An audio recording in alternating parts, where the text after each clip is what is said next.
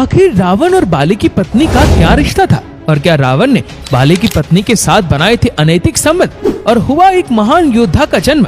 बाली की वरदानी शक्ति दिन ब दिन बढ़ रही थी। इसका मुख्य कारण उसकी तपस्या और पूजा पाठ ही था।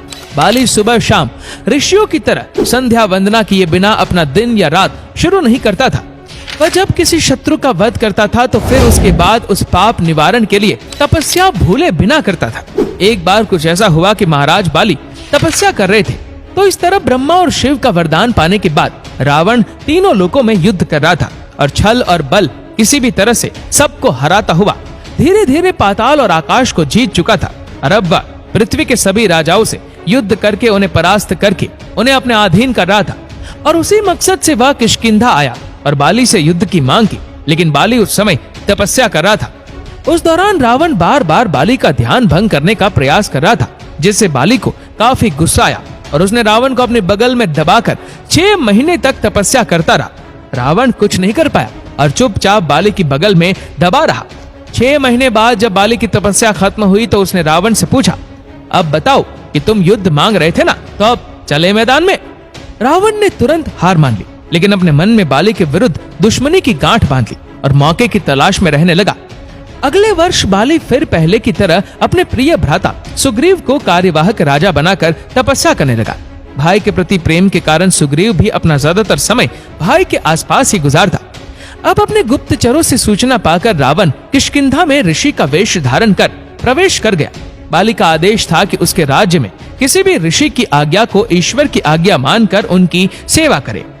दूत से ऋषि के आगमन की खबर सुनकर महारानी मंदोदरी अपनी देवरानी तारा के साथ ऋषियों के भोजन सेवा के लिए खुद आ गई। जैसे ही मौका मिला, रावण ने दोनों रानियों को पकड़कर अपने विमान में डालकर उनका हरण करके लंका की तरफ चला गया। मंदोदरी और तारा दोनों ही उस समय गर्भवती थी और जल्द ही संतान को जन्म देने वाली थी। मंदोदरी काफी बुद्धिमान स्त्री थी। उसने सबसे पहले अपनी देवरानी तारा को बचाने का एक उपाय सोचा और उसने रावण से कहा, हे राक्षस राज, आपकी बड़ी प्रशंसा सुनी थी कि आप बड़े बलवान हैं, वरदानी हैं। तो जब हमारे पति घर पर उपस्थित थे तो आप युद्ध जीतकर मुझे ले जाते तो वीरता थी, पर यह चोरी और कायरता है। रावण बोला, आपकी सुंदरता के बारे में मैंने दैत्यों के मुंह से सुना था, देखने की इच्छा हुई, आज आपको देखा तो रोक नहीं पाया। बाली को वरदान है कि उसके सामने कोई भी जीत नहीं सकता, इसलिए छल करना पड़ा, और छल बल भी युद्ध नीति का अस्त्र है। मंदोदरी ने पूछा कि अगर तपस्या से लौटने के बाद बाली तुमको और तुम्हारे परिवार, प्रजा, सेना पर आक्रमण करके तुमको मार डालेगा तो क्या करोगे? दोनों ही राज्यों के कितने सारे निर्दोष लोग मारे जाएंगे। क्या इसकी तुमको कोई चिंता नहीं? क्या भय नहीं है? कौन बचाएगा? रावण बोला कि तुम जैसी सुंदरी अगर कुछ माह के लिए मेरी पत्नी रहे और उसके पश्चात मेरी मृत्यु भी हो जाए तो कोई बात नहीं, मैं तुम्हारे बिना नहीं रह सकता। इस पर मंदोदरी ने कहा कि अगर बीच का रास्ता निकाला जाए तो दोनों राज्यों के निर्दोष लोग मरने से बच सकते हैं, तुम और बाली दोनों बच सकते हो। रावण बोला, मैं तैयार हूँ। इस पर मंदोदरी ने कहा, मैं तुम्हारे साथ चलूंगी, पर मेरी देवरानी तारा को किष्किंधा में छोड़ना होगा। रावण ने उसकी बात मान ली और तारा को वापस किष्किंधा छोड़ने चल पड़ा और तारा को महल की छत पर उतार दिया।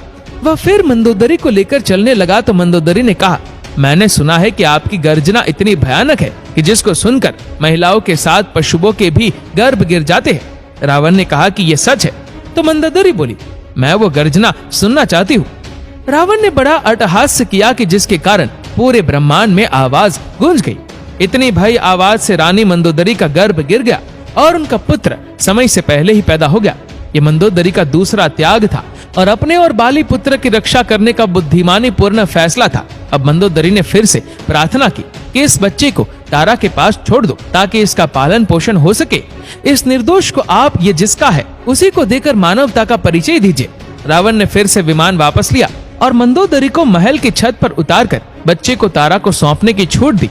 मंदोदरी ने अपना बालक तारा को देकर कहा कि आज मैं अपना अंग, अपना बेटा आपको दान कर रही हूँ। आज से आप ही इसकी माता होगी।